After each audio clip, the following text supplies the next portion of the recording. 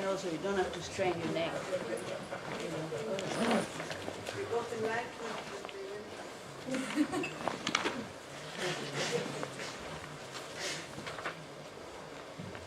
Refuge, page 6 in English, 27 in Hebrew. Are we ready? בבודה, בדרמה ובקהילה העילאית אבקש מקלט עד להערה. באמצעות המצבורים של הקשבה לדרמה לא אשיג בודהיות כדי להועיל ליצורים הנודדים. בבודה, בדרמה ובקהילה העילאית אבקש מקלט עד להערה. באמצעות המצבורים של הקשבה לדרמה לא אשיג בודהיות כדי להועיל ליצורים הנודדים. בבודה, בדרמה ובקהילה העילאית אבקש מקלט עד להערה. באמצעות המצבורים של הקשבה לדרמה לא אשיג בודהיות כדי להועיל ליצורים הנודדים. For immeasurables, page 26. לו כל בעלי התודעה יזכו באושר ובגורמי האושר. לו כל בעלי התודעה ייפרדו מסבל ומגורמי הסבל. לו כל בעלי התודעה לעולם לא ייפרדו מאושר נטול כאב. לו כל בעלי התודעה יפתחו את מידת ההשתוות ללא משוא הפנים של היקשרות ושל סלידה. Short mandala, page 9 in English, עמוד 25. אדמה זו משפה בקטורת, עטורה פרחים, עדויה בהר מרו, בארבע היבשות, בשמש ובירח. עולה בדמיוני כשדה בודה, ואותה אגישה לכם כמנחה. לו ייהנו כל הנודדים משדה טהור זה. אידם גורתנה מנדלה קם נרייתה ימי. Heart Sutra, page 3 in English, עמוד 30 בעברית. אשתחווה לשלוש האבנים היקרות הנעלות. כך שמעתי, פעם אחת ישב הבאגוון בהר פסגת הנשר ורג'קריהה, יחד עם סנגה גדולה של נזירים בעלי הסמכה מלאה וסנגה גדולה של בודיסטבות. באותה העת היה הבאגוון שקוע בעיצוב מדיטטיבי של מניית התופעות, הקרוי הבהרה מעמיקה. כמו כן באותה עת התבונן הבודיסטווה מעשתווה אריה ולוקדישבר הרב העוצמה, במעשה המעמיק של שלמות החוכמה, והתבונן אף בחמשת המצרפים האלה כריקים מעצם טבעם.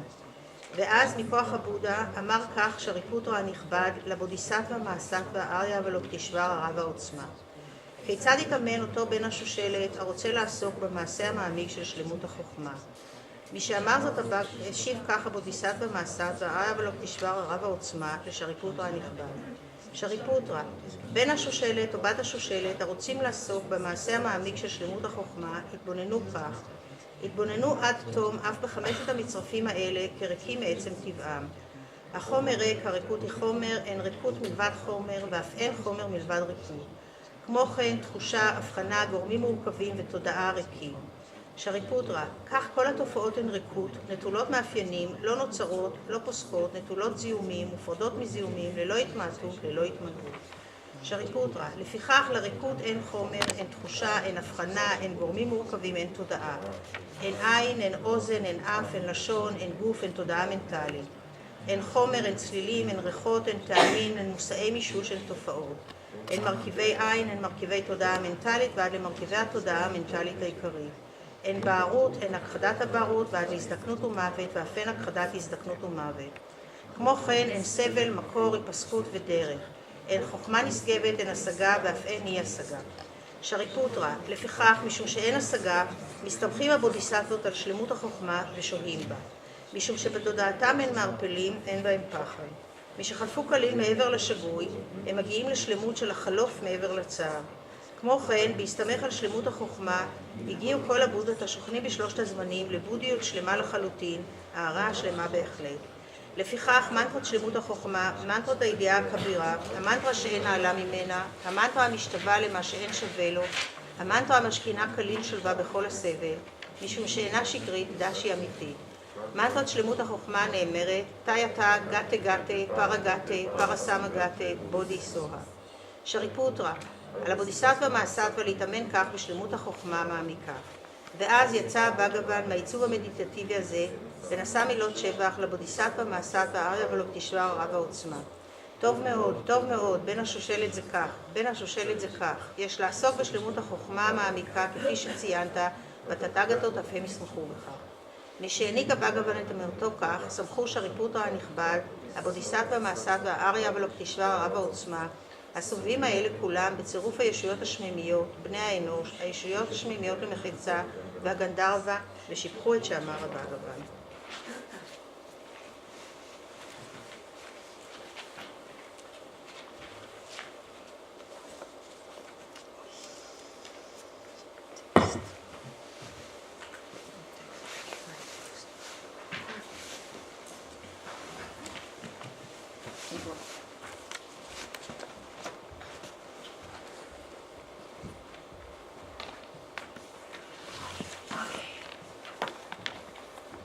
Alright, so we talked about emptiness and dependent arising. We finished with that basically, well, for the time being. And then the true truth. The true truth, we started with the explaining the etymology of the true truth, what it actually refers to, so the etymology, or the meaning of the word conventional truth. Remember? Kunzop Denpa. And then the meaning of the word Kingdom Denpa. And then the definition. We did the definition, so I gave the definition. As you may remember, it all relates back to the mind that perceives the conventional or the ultimate truth. It's been explained from the point of view of that.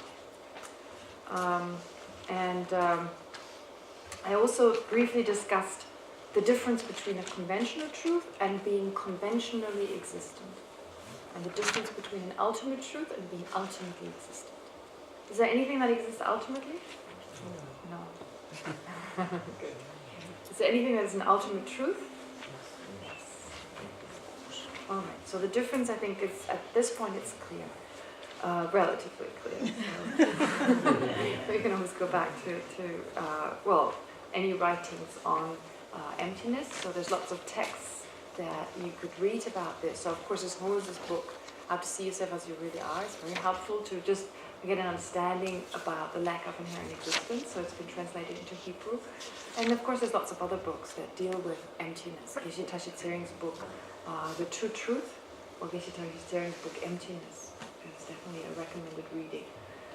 If you have the patience, you could also read Meditation on Emptiness by Jeffrey Hopkins. That's a very difficult book, but it's very precise. It's very precise. It just takes the essence of teachings on the Madhyamika and then explains them in the traditional way, actually, in a traditional sense. So it's not, some people don't like the book, but I think it's really good. Having studied the Madhyamika, it's such a wonderful book because it's very terse and it's very precise too. He researched it really, really well. There's so many books that have mistakes in them, but this book seems to be one of the best books you can get on emptiness. Anyway, basically, the idea is, of course, to continue studying, but I get a sense all of you have a good sense of what this is about. And a lot of explanation that needs to be given is not just on emptiness itself, but of course on the mind that realizes emptiness. And having talked to some of you yesterday, so I guess I need to clarify a few things, because I've talked about the mind that realizes emptiness conceptually or intellectually, mind that realizes emptiness conceptually or intellectually, and I talked about the mind that realizes emptiness directly. So which one comes first? Intellectually, conceptually. The mind that realizes emptiness conceptually. So that mind, the mind that realizes emptiness conceptually, it is actually quite restricted because it relies on a concept. So any mind that realizes something on the basis of a concept is very restricted in that it cannot realize the lack of inherent existence of all phenomena. So we start off, in order to initially realize emptiness, we need to take one object. We just focus on one object. We don't go like, all objects, do they exist inherently or not? No, we take one object. That's why I only have one truck sitting here. Right? Not other objects, one truck. Or oftentimes it's the eye that considered. There's different texts. Some texts kind of say, start with the eye. It's better to start with the eye. Other texts say, no, you can start with an object other than the eye. And then a third option is to say you can choose. And I think my sense is, and this is how I learned it, is you can choose. It depends. For some people, it's more effective to start with the eye. For other people, it's more effective to start with the inanimate object. So, but that's it. Either the eye or something other than the eye. Right? Okay. You start with one object and you focus on that. And then you could think of other objects too, but your main focus is one object. And then you realize at some point you conceptually understand that that object does not exist inherently. Okay? So if you just kind of, the object doesn't exist at all, you may think you've realized emptiness, but you haven't. So this is a little bit of a danger. People sometimes think they've realized emptiness, whereas they haven't. So I think the safest by just studying, really get a good understanding of emptiness. And not intellectual studying. I mean, really reflect well. Get a realistic sense of what it means to realize emptiness before you end up thinking you've realized emptiness. Anyway, if you do, you really change. So you can kind of tell from that. I mean, a lot of delusions, just course kind of delusions, couldn't arise anymore. So you could always check if there's really a change in what delusions arise. I guess, yeah, you could. But then eventually you want to check with someone who is qualified to see whether you've realized emptiness or not. Anyway, the point is that you initially realize emptiness conceptually, maybe just on the basis of the truck. So you generate a conceptual consciousness, you cultivate a conceptual consciousness that realizes the truck lacks inherent existence. So in this case, as Maya asked yesterday, is that just for the sake of communication, you say the consciousness that realizes the emptiness of the truck? Well, in this case, it's actually literally a consciousness that only realizes the lack of inherent existence of the truck. But then it's easy. Once you realize lack of inherent existence of the truck, you change your focus to the table. Reflect a little bit, then you realize lack of inherent existence of the table. Then you take the eye. And it's very quick. Once you've realized the independence on one object, you just need to change your focus and take a different object to mind, and But it's unrealistic that with that conceptual mind, you realize the emptiness of all phenomena, because you need to really focus on all phenomena. How much time have you got to do? I mean, it's impossible, right? Anything that exists, you can't do that. So, and then maybe if you then have the misperception that, the emptiness of the truck doesn't exist inherently, but the emptiness of the truck, that exists inherently. Then you better also deal with that one. What about the emptiness of the truck? Does that exist inherently or not? And then you realize that conception. But anyway, if you have a good sense of, all right, whatever phenomena I take to mind, I can actually understand it conceptually to lack inherent existence. Then you intensify your meditation. You intensify it by means of generating concentration and bringing your understanding of emptiness and the concentration together to such a degree that your mind is now laser sharp, realizing emptiness without distraction, without thinking of dinner and breakfast and the laundry I got to do, all these things, right? Just be concentrated on the emptiness. So that understanding, that's already where you deepen the mind.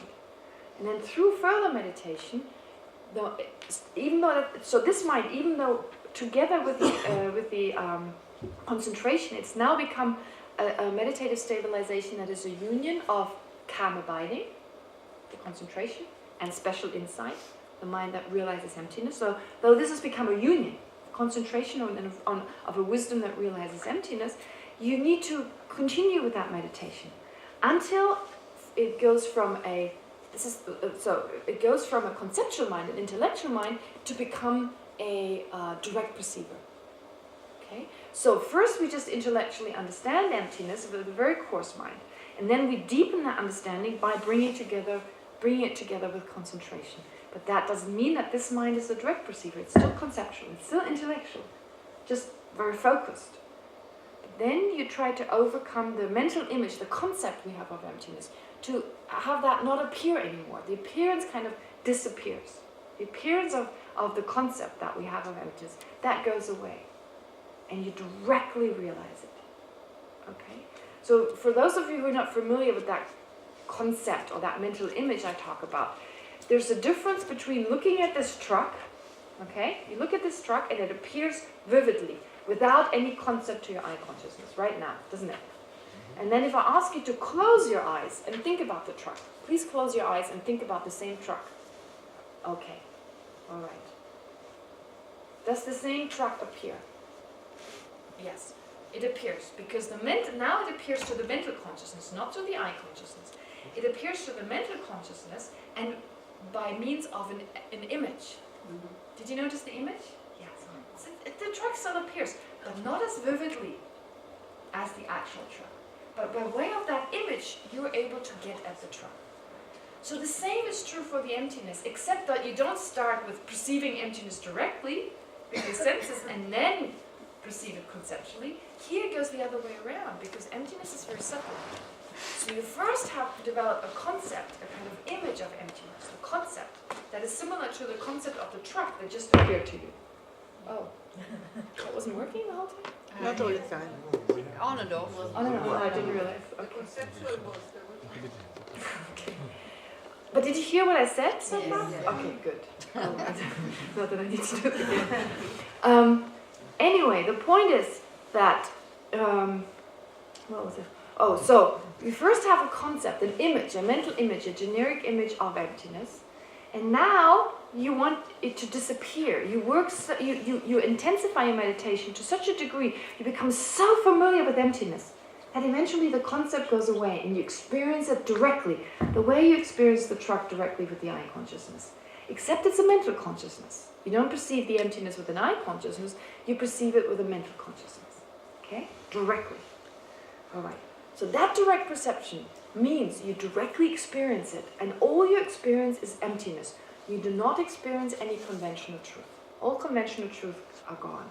So all you experience is just emptiness, which means you experience the emptiness of all phenomena, basically. Right? There's no emptiness that you don't experience, because all there is just the non-dualistic experience of emptiness. There's no sense of the perceiver and the perceived, right? There's no appearance of a conventional truth. It's like the mind seems to be merging with the emptiness. It doesn't literally still a mind, but there's a sense that it's just merged, like water being poured into water. And that's when you realize the emptiness of all phenomena. Okay? So I hope this is clear, this process. But this is still the beginning of, a further stage, in the sense that when you realize emptiness directly with that mind, now this becomes like the axe that cuts through the root of samsara. The root of samsara is like a poisonous tree. Okay? A poisonous tree. So, you need to have a very sharp axe. You need to have a very stable hand. Which means, the sharp axe means you directly perceive it. The stable hand is the concentration that goes along with it. Right? So, as I said previously, at the initial stage, we realize emptiness conceptually. This is like a very unstable hand that cuts here and there and everywhere, right? It's like an unstable hand. And then you develop the union of calm abiding and special insight, still with a conceptual mind. So the axe is pretty blunt, it's not very sharp, okay? But now your hand has become stable, more stable. In the sense that you don't go here, there, everywhere, you hit in one place. But it's still just a conceptual understanding. So you have the concentration there. So you're more on one place. But the axe is not sharp enough.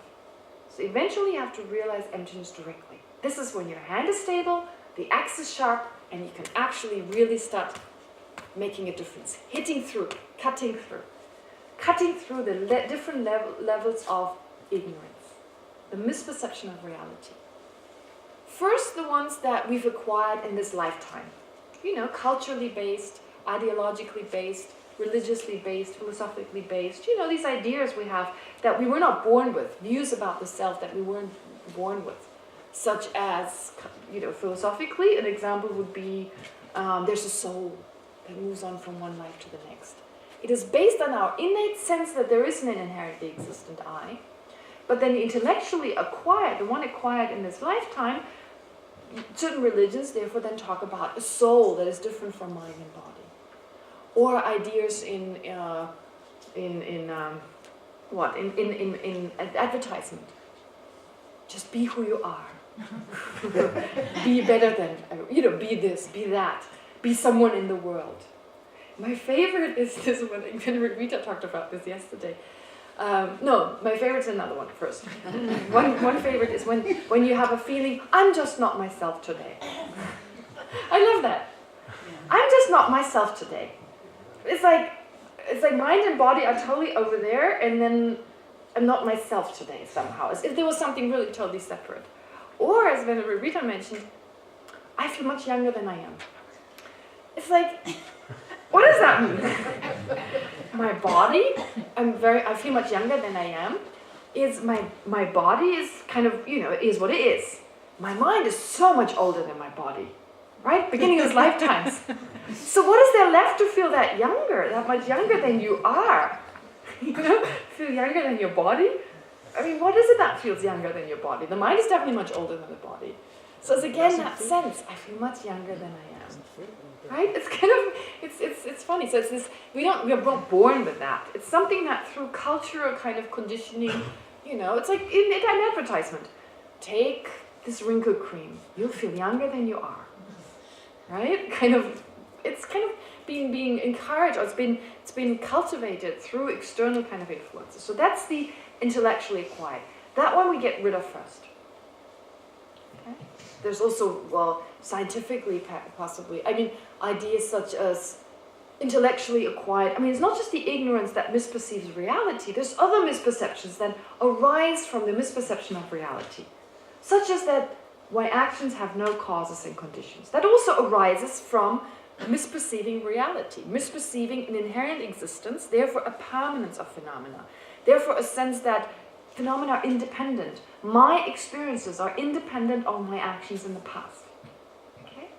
So there's an intellectually acquired sense that it comes through intellectual kind of, there is no past and future life. Scientists may tell us, there is no past and future lives. Our actions, everything is random. What happens to us is random. It's just a coincidence that I'm killed or something. Right? So that's what, from a scientific kind of idea that is only this one lifetime, so therefore everything is random. It's like our actions, things happen to us, it's nothing to do with our actions in the past because we haven't lived before, because our mind is the brain. And the brain can only be in one lifetime, and then it stops when we die. That's it. So from a scientific point of view, if you really hold that the mind is the brain, there can't be past and future lives. So therefore, that understanding leads to an intellectually acquired view that there's no past and future lives, and that there's no karma. Okay? Because karma cannot be explained in just this one lifetime. I might kill and slash and steal in this lifetime and never experience the consequences in this lifetime. Okay. So these are just intellectually acquired views that are coming from intellectually acquired wrong views that arise from an innate sense that this is so and so. And the root of those wrong views is the view that holds phenomena to be inherently existent. Does that make sense? Yeah? Okay. So the intellectually acquired I get rid of first. That is like the outer rim of the tree. It's like the bark of the tree. This I cut through first. And then I need to cut deeper. I need to get rid of the innate misperceptions, the innate sense that there's an inherently existent self, the innate sense that my actions do not have consequences. Right? Because you can live in a society such as the Tibetan society, be born in a culture where everyone tells you your actions have consequences. But innately, you don't feel that is the case. Right? Like, you still blame everyone else for your problems. Okay? Doesn't mean that you're in a society where, everyone tells you karma and whatever you experience. No. You hardly ever think, maybe I also accumulated the cause. Oftentimes you blame everyone else. It happens. Right? Okay. So, therefore, these are the innate misperceptions that, of course, all come back to the misperception of ignorance. So this you now cut. Right? You cut that. But you cut the poisonous tree. So when you get rid of ignorance, you get rid of all the other minds that are induced by ignorance, such as other types of ignorance, other types of misperceptions. So when I cut the ignorance, I'm talking about the ignorance or the misperception that perceives inherent existence. But then this induces all sorts of other wrong views, right? Such as my actions don't have consequences, lots of different wrong views. So they are being cut, irreversibly eliminated. can never arise again. Once you arise from that meditation, oh yeah, so this is important, that this is during the time of the meditative absorption that directly realize emptiness. You cut. And then you rest. You come out of that. Put aside the axe. Have breakfast. Spend your day. I mean, you still live. It's like, let's put it into, not some kind of superhuman, like a Batman, Superman kind of person who's just meditating. No, it's a bodhisattva, a practitioner who's still, I'm not going to say Rita, don't worry. Though the answer to my question is, you're an emanation of a Buddha who pretends to be a bodhisattva. But no. But the point is, like, a bodhisattva is still someone who comes out of meditation and then practices love, compassion, generosity, engages in the practice of method. Right? Okay. That strengthens, of course, the bodhisattva's wisdom again, even though the wisdom is not manifest in that moment. And then the bodhisattva goes back into the meditation on emptiness, directly realizing emptiness. So it's almost like a woodcutter who takes a break and then cuts a little bit, and takes a break and cuts a little bit, because we cannot do both simultaneously as sentient beings. As long as we're not Buddhas, we cannot realize emptiness directly and do other things. Okay? So, therefore, you come out of that meditation and then you do other things.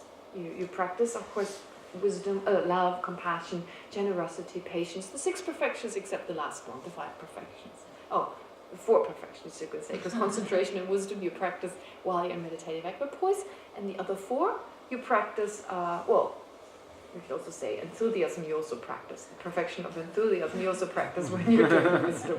That applies to both. But the practice of generosity, ethics or morality, and patience you practice out of the meditative equipoise. And then love, compassion, it all falls in that. Which of the categories does the practice of love and compassion, which of the 6 perfections does it fall into? Generosity, morality, or patience? All in a sense, but most directly morality is the ethic of benefiting sentient beings. It's not just refraining from the absence of negativities, but for a bodhisattva, the ethic is not just refraining from harmful actions, which is ordinary, we look at morality as that, but it's also actually actively working for sentient beings. Why do you define between generosity and morality? Oh, it's not really that clear-cut. Actually, it's not. You see, morality and generosity is the mind that wants to give. Morality is the mind that wants to benefit, wants to not harm, or wants to benefit. Right? So, depending. But actually, you practice all of them together. That's the ideal of a bodhisattva. We can conceptually separate those, but really a bodhisattva who practices generosity also practices morality, also practices patience, diligence, and even though not directly realizing emptiness, there's also concentration and wisdom. So they're all, practiced in combination. So in that sense, you're definitely right. But you can conceptually kind of separate them. Okay? Isn't generosity a part of morality? I mean, that's what I'm saying. You can look at it. You can look at it as a part of it, as connected to it. So why did the text divide it to 2? Because there's a difference between wanting to benefit sentient beings and the mind that wants to give. It's different states of mind. They may arise at the same time, but they're kind of different states of mind. So compassion and love. Love is the wish for others to be happy. Compassion is the wish for others to be free from suffering. It's like when you have one, you have the other. Right? You want someone to be free from suffering, you want them to be happy, and vice versa. But they're different states of mind that arise at different times. So, anyway, the point is that at those times you practice, when you're out of a meditation, you practice generosity and so forth, and at other times you realize emptiness directly. Yes, ma'am. When you practice